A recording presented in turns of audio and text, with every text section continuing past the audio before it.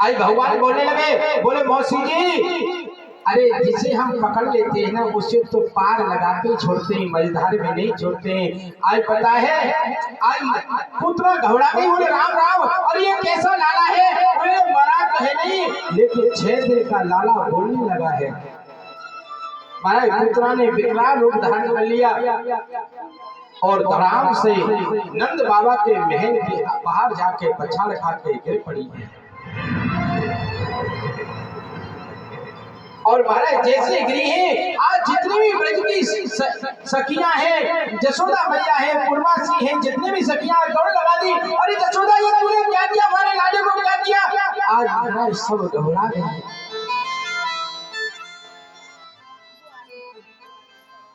आज सभी सखियों ने जसोदा मैया को बहुत डांटा है। क्यों नहीं मैया? अरे बुढ़ापा तेरे लाला भाई, अरे तो जाको लाला को ख्याल ना रखो जाए, तू पता नहीं किस किस को लाला को दे देती है। आज बताए मेरे भगवान को पुत्रा के बच्चे से खाया है। आज जसोदा मैया को बहुत डांटा है उन्होंने। और आज बताए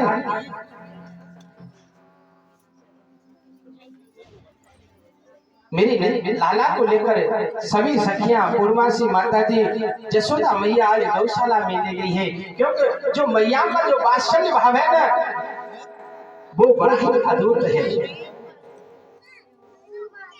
अरे ब्रजवासियों के पास क्या है, कोई धन दौलत थोड़ी है। ब्रजवासियों के पास ही तो भाव ही तो है, हमारा मन ही तो है। चाहे हमारे पास में करोड़ की संपत्ति है, कितना भी हम दान करते हैं, कितना भी करते हैं, लेकिन जब तक हमारे मन में वो भाव नहीं बनता है तो भगवान उसे स्वीकार नहीं करते हैं। क्योंकि भगवान तो वही स्वीकार करते हैं कि आपका मन कितना निर्मल है, आपका भाव क्या है। अगर आपके मन में अहंकार आ गया कि भाई हमें ऐसा कार्य करते हैं, मैंने इतना दान कर दिया, इतना दान कर दिया, तो आप ये समझो कि वो जितना किया है ना सबका पानी हो गया। अरे भाव तो ये होना चाहिए, बोले जो कुछ हुआ ठाकुर जी का मेरा क्या है, तेरा तुझको अर्पण क्या लागे मेरा, अरे मेरा क्या है।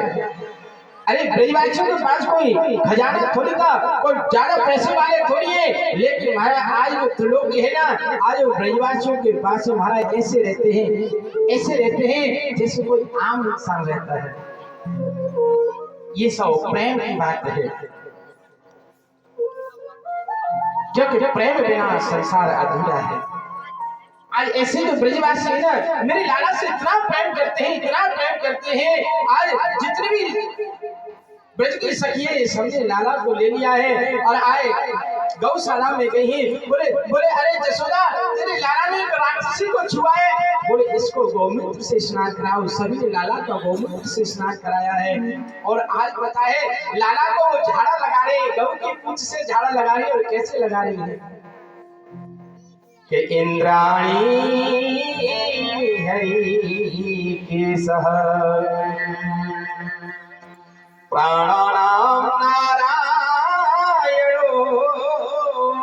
बतु श्वेतदीप पतिश्चिन्तं मनोयोगेश्वरो बतु। मेरे लाला की इंद्रियों की रक्षा हरि कृष्ण भगवान करे, मेरे लाला की प्राणों की रक्षा नारायण करे, मेरे लाला की चित्त की रक्षा श्वेतदीप करे, मेरे लाला की रक्षा योगेश्वर करे। कीड़त पात गोविंदम श्यामा पात माधव, मेरे खेलते हुए लाला की रक्षा गोविंद करे, मेरे सोते हुए लाला की रक्षा माधव करे। आज सज्जनों ऐसे ऐसे झाड़ा लगा रही है। आज भगवान गोद में सखियों के नंद जसोदा मैया की गोद में हंस रहे हैं। बोले देखो तो सही इन सखियों का, इन ब्रजवासियों का भाव कि मेरा ही नाम और मेरे को ही झाड़ा लगा रहे हैं।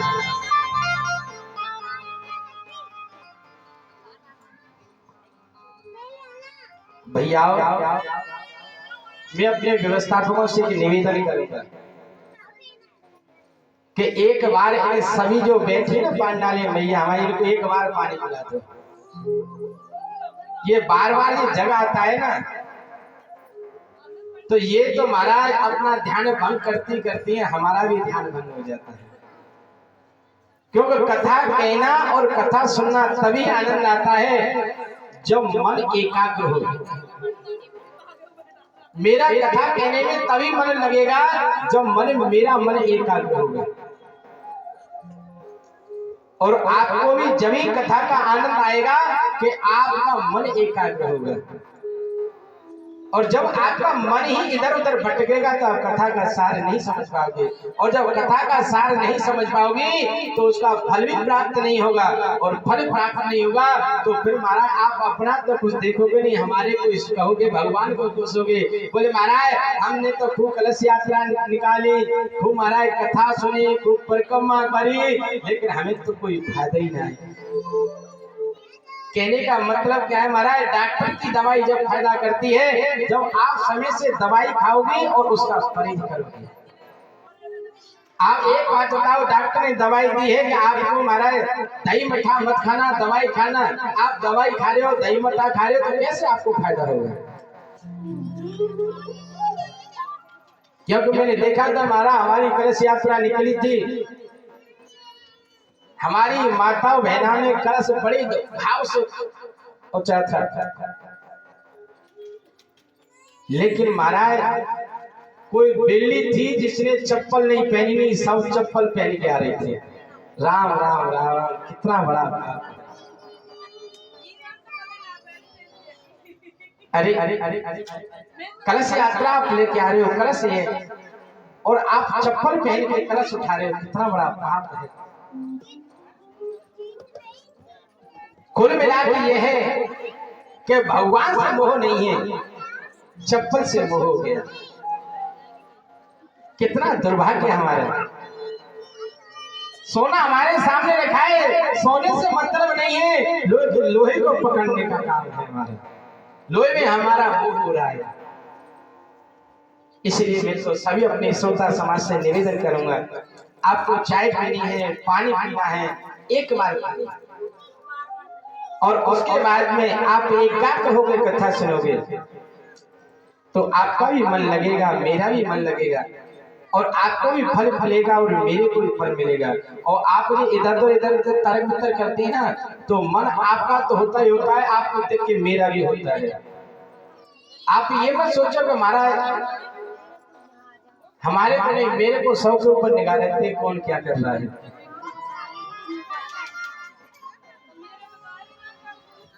इसलिए थोड़ा सा, क्योंकि ये कथा का आनंद तभी आएगा जब आप कथा का आनंद लेंगे। मैं भला भला क्या कर सकता हूँ,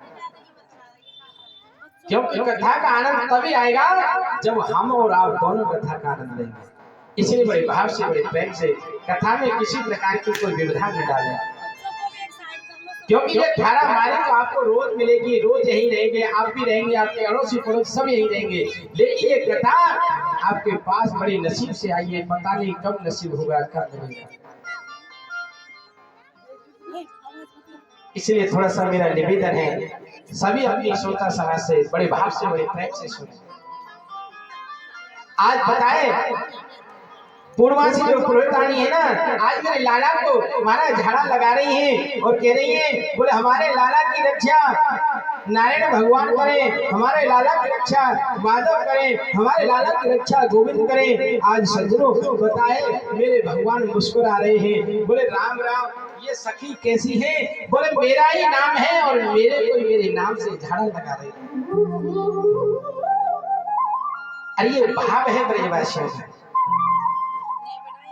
उनका भाव है कि कभी हमारे लाला को कोई कष्ट नहीं है।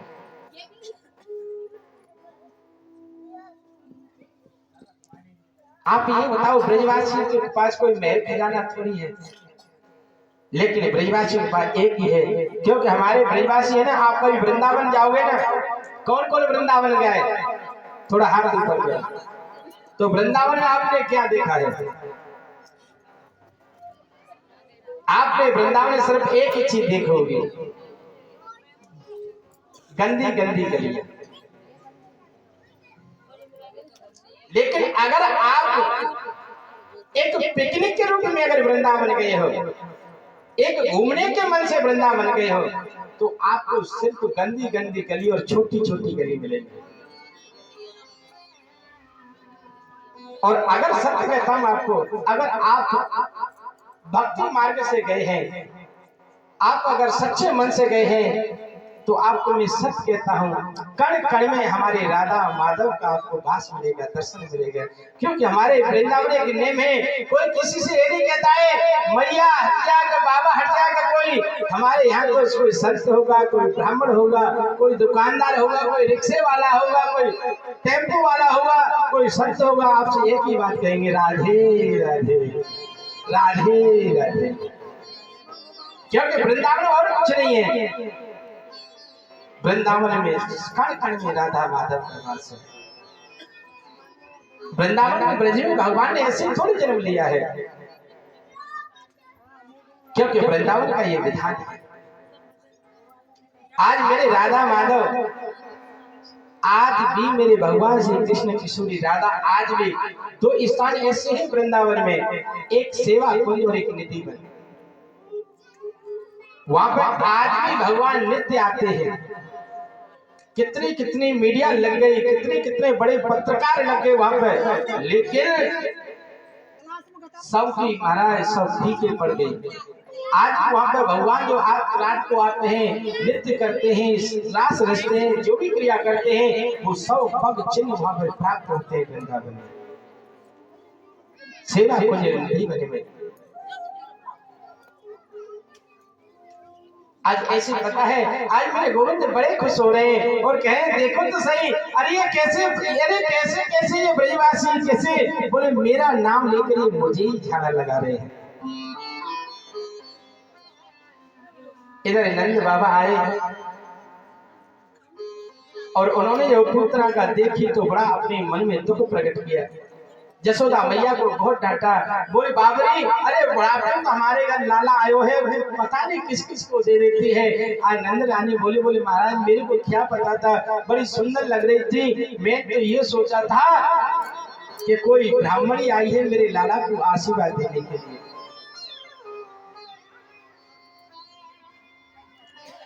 आज पता है नंद बाबा ने जितने ब्रजवासी, उन्होंने पुतना का अंतिम संस्कार किया, और जब अंतिम संस्कार किया तो उसके अंदर से सर जो दुर्गंध नहीं निकली, उसके अंदर से सुगंध निकली है। राजा परीक्षित बोलने लगे, बोले गुरुदेव मेरी बात एक समझ में नहीं आई, अरे जिसने राक्षसी ने जीवन भर पाप कर्म किया है,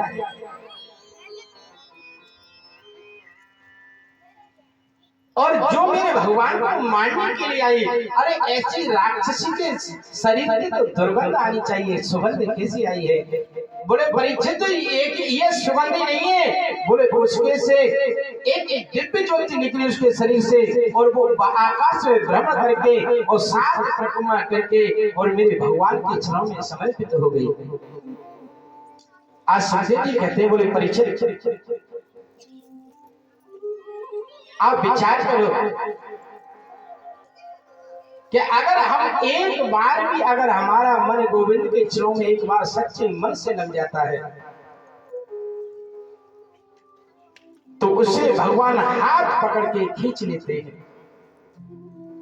अरे इस राक्षसी थी, लेकिन इसने पता है पूतना ने, अरे इस पूतना राक्षसी तो थी, लेकिन पूतना ने कर्म क्या किया है ये नहीं देख रहे हैं। अरे करो पूतना ने वो किया है जो जसोदा मैया ने अभी किया नहीं, देवकी ने अभी किया नहीं है,